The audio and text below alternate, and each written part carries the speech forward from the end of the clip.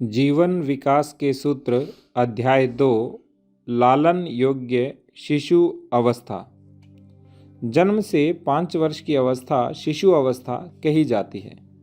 यह चरित्र निर्माण के लिए उत्तम अवस्था है। यह अवस्था सुरक्षा, सम्मान और व्यक्तित्व के स्वीकार की अपेक्षा करने वाली अवस्था है। पंच महाभूतों के साथ, प्राणियों के साथ, वृक्ष वनस्पति के साथ आत्मीय संबंध निर्माण हो सके, घर और संस्कृति के साथ संबंध जुड़ सके, हमारे सांस्कृतिक पूर्वजों से प्रेरणा प्राप्त हो सके, ऐसे गीत, खेल, कहानी तथा क्रियाकलाप विकास के उत्तम साधन हैं। सात्विक, मधुर आहार, मात्र हस्तेन भोजनम, सूती वस्त्र, लकड़ी के प्राकृतिक रंगों वाले खिलौने विकास के लिए सहायक होते हैं। इस अवस्था में लाड़ प्यार युक्त व्यवहार, कड़ाई का संपूर्ण अभाव, शिशु की हर इच्छा की पूर्ति, सदैव शुभ आनंदमय परिसर का वातावरण विकास के उत्तम कारक हैं। इसीलिए उसे लालन योग्य शिशु अवस्था कहा जाता है। ज्ञान सागर ग्रंथों के क्रमांक संख्या 806 में यह आलेख ग्रंथ, जो विभाग 30 के अंतर्गत है, प्रत्येक घर में, शिशु चिकित्सालय में, आंगनवाड़ी में और गृह विज्ञान के विद्या केंद्रों में उपयोगी सिद्ध होगा। विषय बिंदु 1 जन्मोत्सव। अपनी माता के गर्भाशय से विश्व में जन्म लेने के अद्भुत अनुभव से निकलकर शिशु ने इस विशाल विश्व में अवतरण किया है और चारों ओर आनंद का वातावरण छा गया है। कोई कहने लगा मैं दादा हुआ, तो किसी ने कहा मैं दादी हुई। कोई मामा बना, चाचा बना, बुआ और मौसी बनी, तो कोई पिता बना और कोई माता। वाद्य बजे, मिठाई बंटी, बधाई दी गई और सारी सृष्टि ने नवागंतुक का स्वागत किया। इस जन्म का जीवन शुरू हुआ। जन्म लेने वाले हर शिशु का प्रथम अनुभव इसी प्रकार का होना चाहिए। जिसे ऐसा अनुभव प्राप्त होता है वह स्वयं का सबका स्वीकार करने वाला, अपने आप का स्वीकार करने वाला और मानसिक दृष्टि से संतुष्ट तथा आश्वस्त रहता है, मानसिक रूप से सुरक्षित रहता है। जन्म के बाद के पहले रुदन से उसकी श्वसन प्रक्रिया शुरू होती है और वह स्वतंत्र व्यक्ति के रूप में जीवन शुरू करता है। उसका नालोच्छेदन होता है और वह अपने पोषण का दायित्व अपने ऊपर लेता है। जन्म के क्षण से ही उसकी शिक्षा प्रारंभ हो जाती है। उसने रोना सीखा, श्वास लेना सीखा और आहार लेना सीख लिया।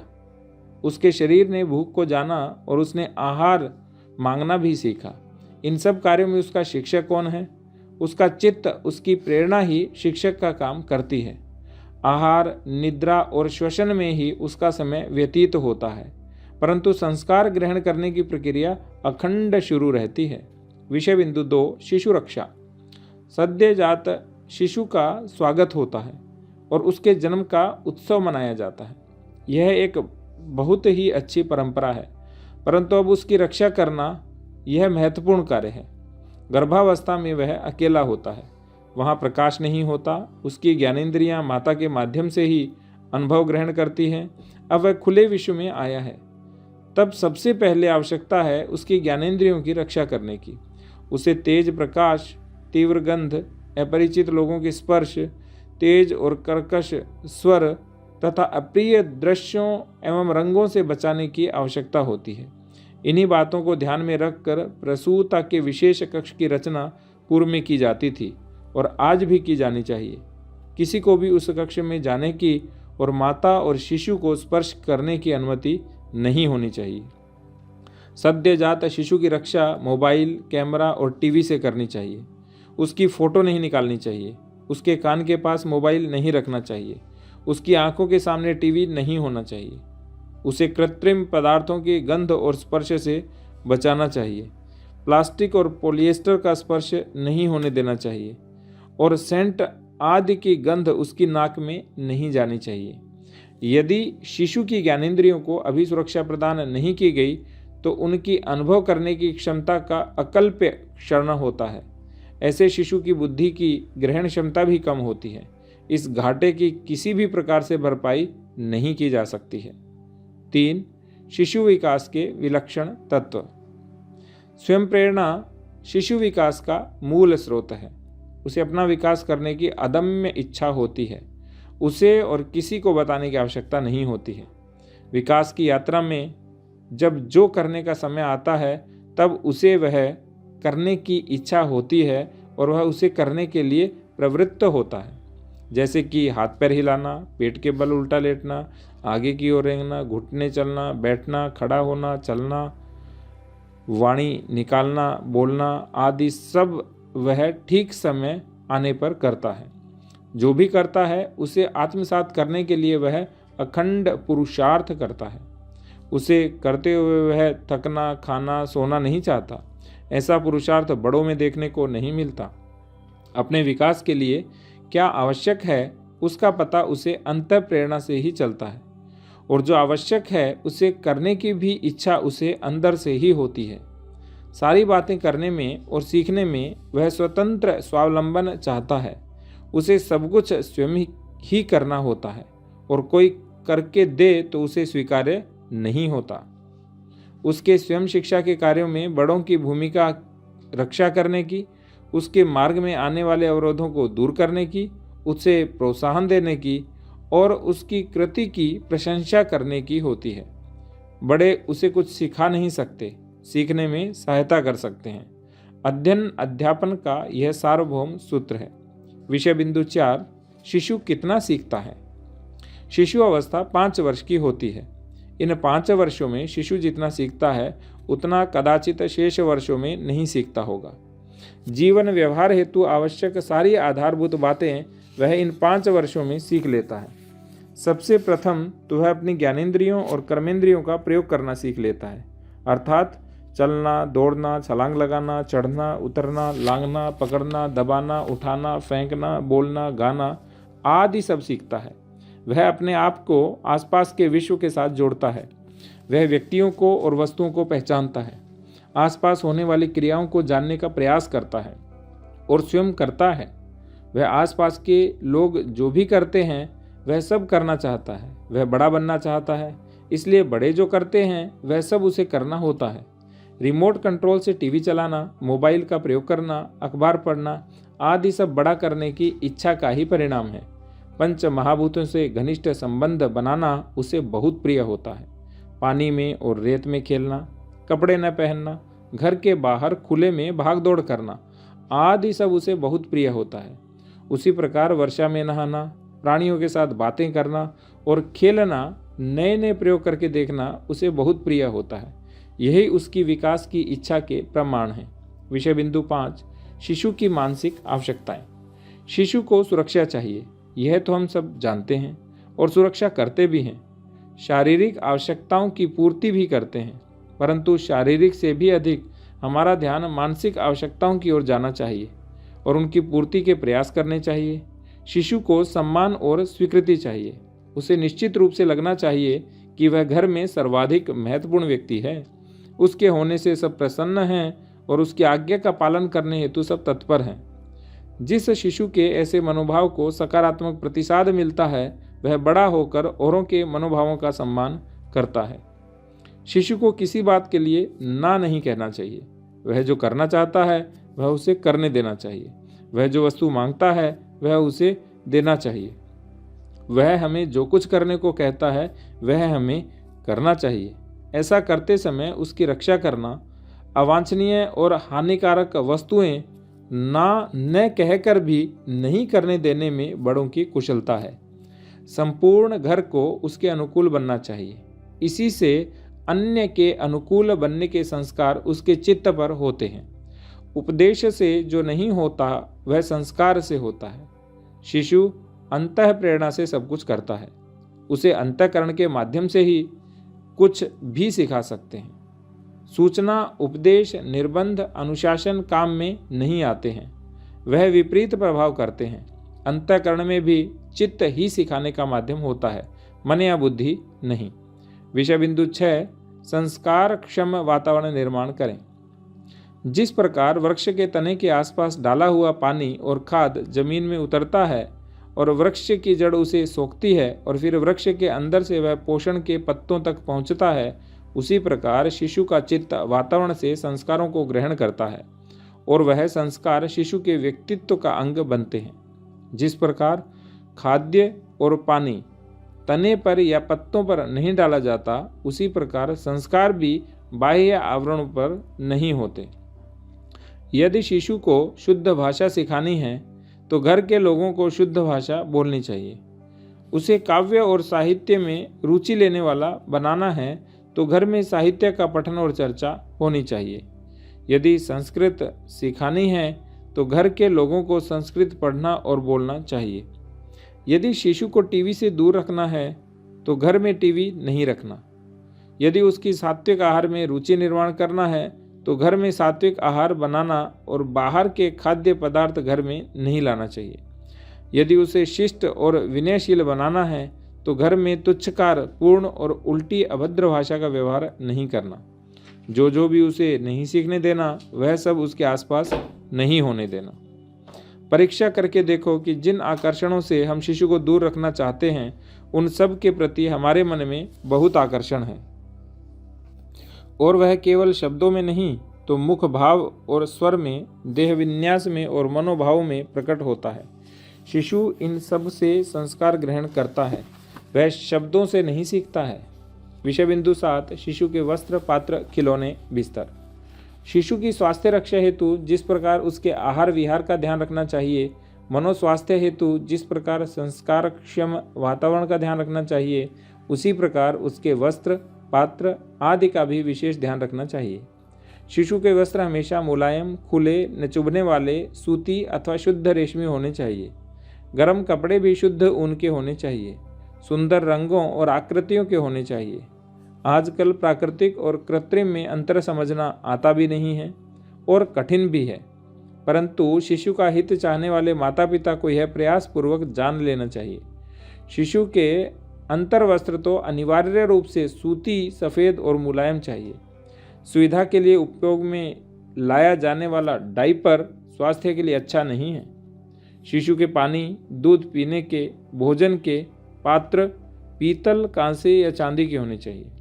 स्टील या प्लास्टिक का उपयोग नहीं करना चाहिए। स्नान का पानी भी प्लास्टिक या स्टील के स्थान पर तांबे के पात्र में भरा होना चाहिए। शिशु के खिलौने लकड़ी के, कपड़े के या पीतल के हो सकते हैं। बिना रसायन के रंगों वाले होने चाहिए। प्लास्टिक के खिलौने, सॉफ्ट टॉयज निषिद्ध मानना चाहिए। यही बात बिस्तर की है। फोम की गद्दी, पॉलिएस्टर की गद्दी, सिंथेटिक कवर अत्यंत हानिकारक होते हैं। रुई की गद्दी और सूती चादर तथा रुई की ही रजाई उत्तम है। विषय बिंदु 8, लोरी, प्रभाती, कहानी। मनोविज्ञान कहता है कि रात्रि में सोते समय शिशु को सुनते सुनते सो जाते हैं, वैसे ही उन्हें स्वप्न आते हैं, वैसे ही भाव बनते हैं, विचार बनते हैं और व्यवहार भी बनता है। इसे ध्यान में रखते हुए रात्रि में शिशु को सुलाने के लिए लोरी गाने की परंपरा भारत में सहस्त्रों वर्षों से रही है। रानी मदालसा की, माता सीता की, माता जीजाबाई की लोरियां अत्यंत प्रसिद्ध हैं। आज भी माताओं को लोरी गाना आना चाहिए, लोरी गाना सीखना चाहिए। उसी प्रकार प्रातः उठते समय प्रभाती गाने की परंपरा भी सहस्त्रों वर्षों से बनी हुई है। प्रभाती तो केवल शिशुओं के लिए नहीं, बड़ों के लिए, भगवान के लिए भी शुभ और आवश्यक मानी गई है। हमारे घरों में इसका भी प्रचलन बनना चाहिए। इसी प्रकार कहानी भी अत्यंत महत्वपूर्ण माध्यम है। छोटे बड़े सभी को कहानी सुनना अच्छा लगता है, इसलिए जो भी बात उसके चित्त में स्थापित करनी है, कहानी के माध्यम से की जा सकती है। कहानी रात्रि में ही बताई जाती है ऐसा नहीं है, दिन में कभी भी बताई जा सकती है। अतः घर के सभी लोगों को लोरी गाना और कहानी कहनी आना चाहिए। कहानियों का संग्रह भी होना चाहिए और कहानी पढ़ना भी आना चाहिए। कहानी और लोरी घर के सदस्यों द्वारा बताई और गाई जानी चाहिए, और किसी की गाई हुई और ध्वनि मुद्रित की हुई लोरी कहानी नहीं कहते या कहानी नहीं चलती, उनसे संस्कार नहीं होते। संस्कार तो हृदय की दूसरे हृदय से बात होती है तभी होते हैं। विषय बिंदु 9, यह अपराध है। केवल भय के कारण, कष्ट से डर कर सिजेरियन से शिशु को जन्म देना, स्वयं जन्म लेने के अधिकार से वंचित करना अपराध है। जन्म के बाद कम से कम 40 दिन उसे सुरक्षा चक्र में नहीं रखना और इंद्रिय विकास और बुद्धि विकास में अवरोध निर्माण करना अपराध है।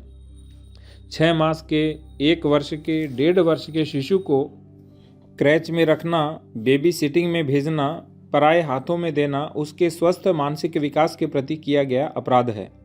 2.25 वर्ष की आयु से प्ले ग्रुप, नर्सरी, केजी आदि में भेजना, उसे शिक्षित करने के प्रयास करना उसके सर्वांगीण विकास के प्रति किया गया अपराध है। उसे अंग्रेजी माध्यम में पढ़ने के लिए बाध्य करना, लिखने पढ़ने के लिए बाध्य करना, बस्ता, गणवेश, विद्यालय आदि का बोझ उस पर डालना, उसे स्पर्धा और परीक्षा के चक्र में फंसा देना उसके सहज विकास के प्रति किया गया अपराध है। शास्त्र कहते हैं कि 5 वर्ष की आयु तक शिशु को माता पिता से कम माता से दूर नहीं करना चाहिए। उसे घर की, माता पिता की सुरक्षा की और घर में मिलने वाली स्वतंत्रता की अनिवार्य आवश्यकता होती है। ऐसी स्थिति में आधुनिकता के नाम पर उसे विद्यालय भेजना और उसके लिए बहुत सारे पैसे व्यय करना बुद्धिमानी नहीं है, अपितु जानते हुए या अनजाने में किया हुआ अपराध ही है। विषय बिंदु 10, क्या आप विवश हैं? शिशुओं के प्रति ऐसे अपराध माता पिता क्यों करते हैं? क्या वे अज्ञानी हैं? क्या वे इसे अपराध मानते ही नहीं हैं? क्या वे इसे आधुनिकता मानते हैं? क्या वे इसे आवश्यक मानते हैं? क्या वे इसे विकास का लक्षण मानते हैं? या फिर वे विवश हैं? क्या माता को नौकरी करने की विवशता है या अपना करियर बनाने का उत्साह है? क्या अपनी पढ़ाई का उपयोग होना चाहिए ऐसा लगता है? क्या विद्या की सेवा अथवा समाज सेवा करने का उत्साह है? क्या घर में पति पत्नी के अतिरिक्त और कोई नहीं है जो शिशु को संभाल सके? क्या घर में जो हैं उनके ऊपर विश्वास नहीं कर सकते?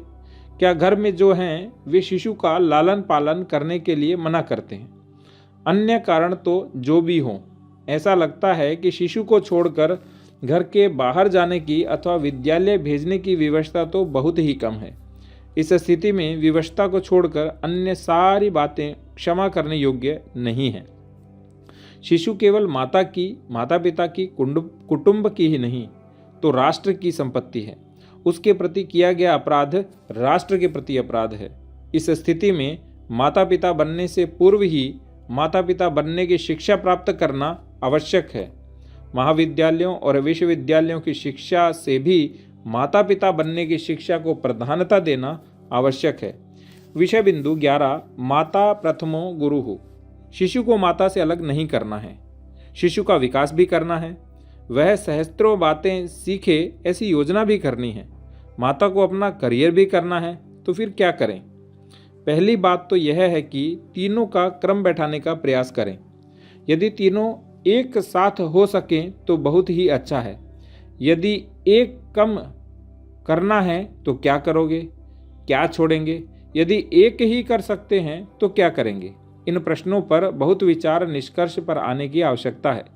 यदि तय नहीं करते हैं, समझकर तय नहीं करते हैं, तो सबसे बड़ा अन्याय तो शिशु को ही होता है।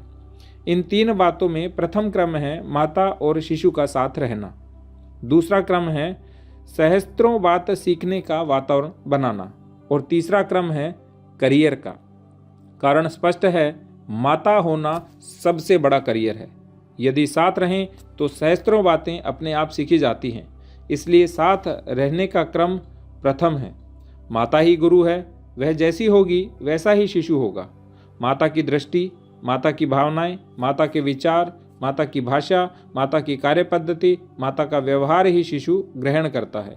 अतः शिशु को अच्छा बनाना है तो माता को अच्छा बनना होगा। गुरु के नाते पिता का क्रम दूसरा है, परंतु शिशु अवस्था में भी पिता भी माता के माध्यम से ही सिखा सकता है।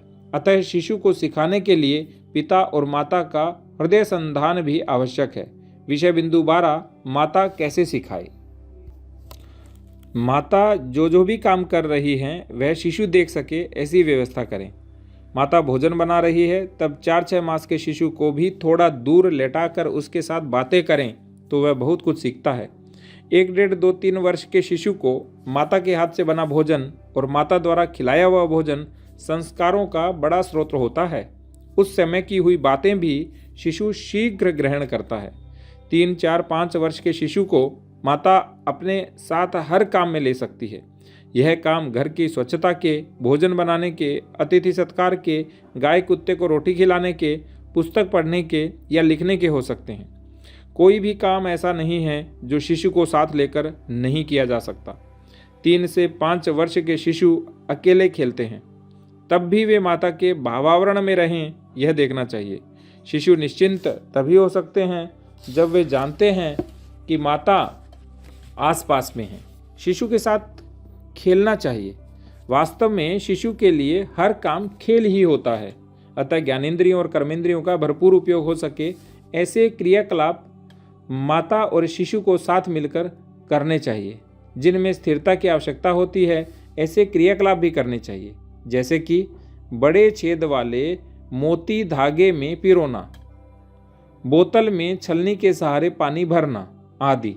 क्या सिखाना है यह तो तय करना ही चाहिए। विषय बिंदु 13 शिशु विकास के लिए पाठ्यक्रम। जीवन का घनिष्ठतम अनुभव 3 से 5 वर्ष की आयु। इस समय वह शिशु वाटिका में जाने लगता है। आधी शिक्षा विद्यालय में होती है, परंतु घर की शिक्षा विद्यालय से भी अधिक महत्वपूर्ण है। इसलिए विद्यालय भी घर जैसे ही होने चाहिए, ऐसा आग्रह रखा जाता है। घर में होने वाली शिक्षा हेतु माता पिता को इस प्रकार विचार करना है। शुद्ध उच्चार से बोलना आए, इसलिए उसे शुद्ध भाषा सुनने को मिलनी चाहिए। वस्त्र, पात्र, खिलौने, जूते आदि का विशेष ध्यान रखना, कहानी बताना, घर के सारे कामों में साथ रखना, उनके संबंध में वार्तालाप करना, घर में करने लायक क्रियाकलापों को सीखकर उन्हें करवाना, घर में संस्कार क्षम वातावरण निर्माण करना, लिखने पढ़ने की शिक्षा का आग्रह नहीं करना। इस प्रकार प्रथम 5 वर्षों की शिक्षा घर में होती है। इस आयु में माता शिशु की गुरु होती है। इसका तात्पर्य यह है कि माता ही बालक का चरित्र निर्माण कर सकती है। इस अवस्था में माता और कुछ मात्रा में पिता को भी सीखने लायक विषय इस प्रकार हैं। बालक को सिखाना है वह सब क्रियात्मक रूप से करना। गृहस्थाश्रम माता पिता बनाने के उद्देश्य संस्कार प्रक्रिया के विषय में शास्त्रीय ज्ञान प्राप्त करना, संगोपन कला सीखना, जो नहीं करना चाहिए वह नहीं करने की दृढ़ता रखना। इस प्रकार यह माता पिता के लिए पाठ्यक्रम है। जो सिखाना है वह सब शिक्षक को आना ही चाहिए। इस दृष्टि से माता पिता को सीखना चाहिए, साथ ही सिखाने की कला भी अवगत होनी चाहिए। विषय बिंदु 14 लालन करो और गढ़ो। लालन करने का अर्थ है लाड़ प्यार करना, उसकी हर बात मानना, उसकी हर इच्छा को पूर्ण करना। परंतु ऐसा करने में सबको यह भय लगेगा कि शिशु का हमें चाहिए ऐसा विकास कैसे होगा। उसे कहीं न कहीं तो अवांछनीय बातों से रोकना ही होगा। उसकी अनुचित इच्छा को कैसे पूर्ण किया जा सकता है। जरा ठीक से विचार करें। एक कुम्हार जब मिट्टी से घड़ा बनाता है तब मिट्टी के नरम गीले पिंड को चाक पर चढ़ाता है, चाक घुमाता है और मिट्टी के पिंड को दोनों हाथ से आकार देता है। तब वह मिट्टी के पिंड को संभालता है, जरा भी कठोरता से व्यवहार नहीं करता, परंतु आकार तो उसे जैसा चाहिए वैसा ही देता है। जैसा बन जाए वैसा नहीं बनाता। उसी प्रकार शिशु को जो हमें बनाना चाहते हैं वही बना सकते हैं। जैसा बन जाए वैसा बनने देना यह नहीं होना चाहिए। इसी में सारी कुशलता चाहिए। जो बनाना चाहें बनाओ, परंतु कुशलतापूर्वक, शिशु को वह आनंद पूर्वक स्वीकार्य हो ऐसा करो। उसकी अंतः प्रेरणा को पहचानो, अपनी इच्छा के साथ उसका समायोजन करो और कुशलतापूर्वक उसे आकार दो। तब शिशु को हम जो आकार देना चाहते हैं वह दे सकते हैं और जिससे प्रावृत्त करना चाहें कर सकते हैं। महत्वपूर्ण बात यह है कि हम तय करें कि हम क्या देना चाहते हैं। इसके लिए कुछ अध्ययन करना पड़ता है, अनुभवी लोगों से जानना पड़ता है, धैर्य रखना पड़ता है और अपनी दृष्टि को सुलझी हुई रखना पड़ता है। विषय बिंदु 15 पढ़ाने की जल्दी न करें। आजकल शिशुओं की ही नहीं तो सर्व प्रकार की शिक्षा के बारे में समाज की अत्यंत त्रुटिपूर्ण धारणाएं बन गई हैं। उनमें एक है शीघ्र से शीघ्र शिक्षा का प्रारंभ करना और दूसरी है अधिकाधिक शिक्षा देना। यह अत्यंत भ्रामक और त्रुटिपूर्ण धारणा है। पढ़ाई भी लिखने पढ़ने और परीक्षा पास करने तक सीमित हो गई है और परीक्षा अंकों में कैद हो गई है। विश्व के सभी शिक्षा शास्त्री एक स्वर में कहते हैं कि लिखने पढ़ने की और औपचारिक शिक्षा की आयु 7 वर्ष की है। उससे पूर्व लिखना पढ़ना सीखना व्यर्थ है। जिस प्रकार 4 मास के शिशु को चलने के लिए बाध्य करने से वह चल तो नहीं सकता, उल्टे उसके पैरों को हानि होती है और चलने की क्रिया के प्रति विपरीत ग्रंथि बन जाती है। यदि वही चलने का काम शिशु 1.5-2 वर्ष की आयु में स्वतः ही आनंद से करता है, उसी प्रकार 2-3 वर्ष की आयु में लिखने पढ़ने का आग्रह अस्वाभाविक और हानिकारक है। जो नहीं करना है वह करते रहने से जो करना चाहिए वह नहीं होता है, उसकी भी हानि होती है। अतः इस विषय में माता पिताओं को बहुत विचार करना चाहिए। उसी प्रकार से हानिकारक है अंग्रेजी भाषा सिखाना और मातृभाषा से शिशु को वंचित रखना। यह दोनों ओर से हानि ही है। शिशु अभी नियम अनुशासन आज्ञा पालन आदि से परे है।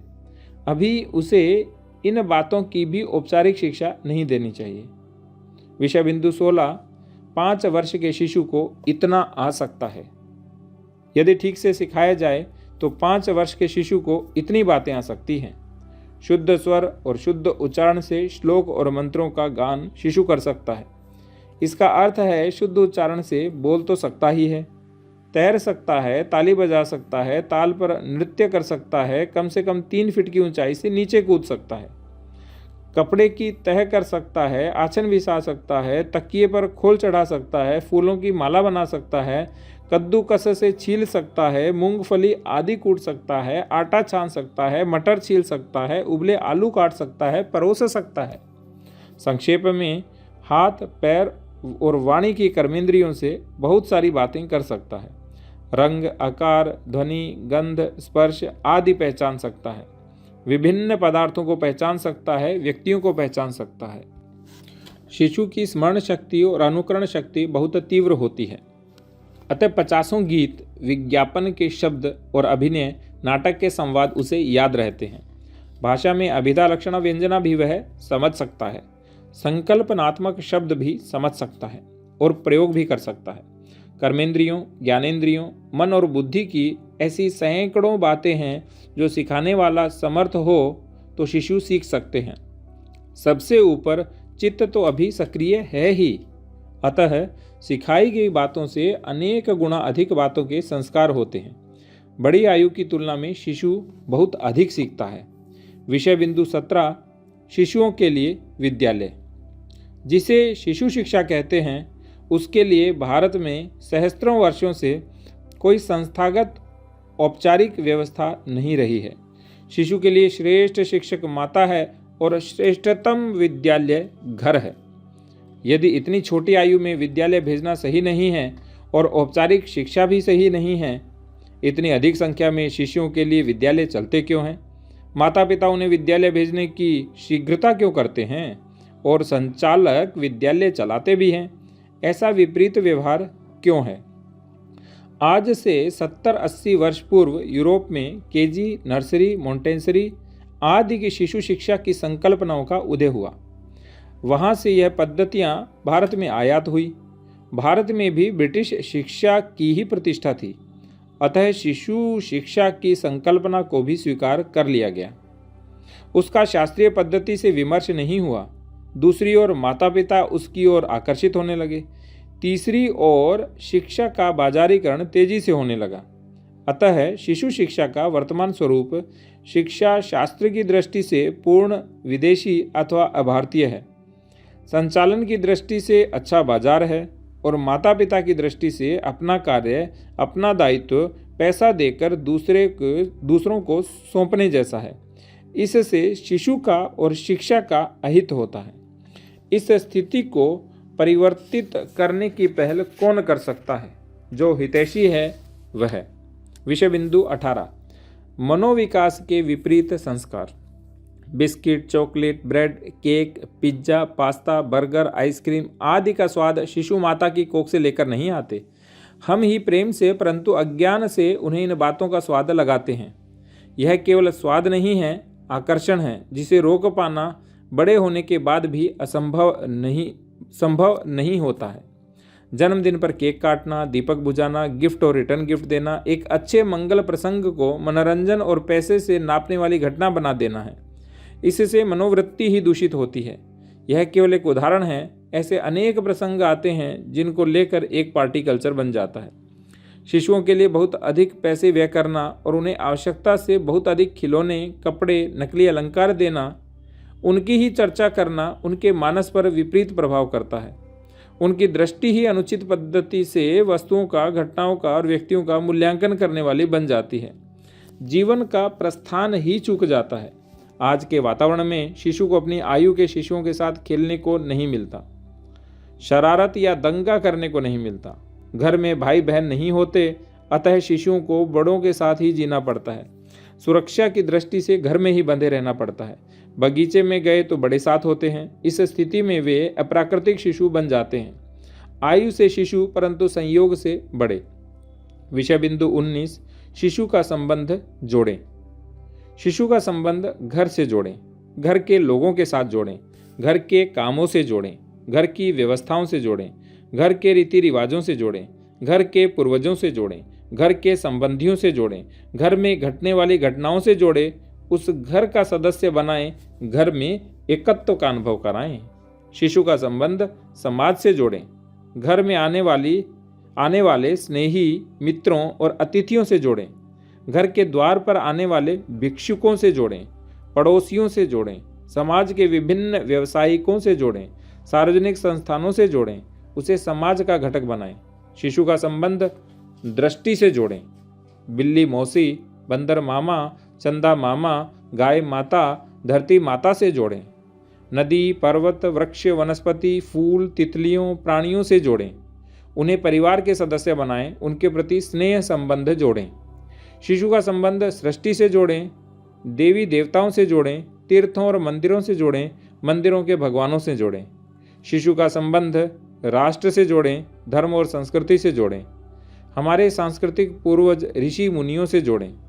ऐसा करके शिशु के व्यक्तित्व को व्यापक और विशाल बनाएं। ऐसा करने के लिए चित्र, कहानी, गीत, वार्तालाप आदि माध्यम उपलब्ध हैं ही। इन बातों से माता पिता, दादा दादी आदि सब शिक्षक बनने चाहिए। ये शिक्षक जितने अच्छे और कुशल, उतने यह छोटे शिष्य सुधी होंगे। शिशु सब कुछ सीख सकते हैं, सिखाने वाले चाहिए। विषय बिंदु 20, शिशु अवस्था के संस्कार। शिशु जन्म लेता है तो सबसे पहले जात कर्म संस्कार होता है।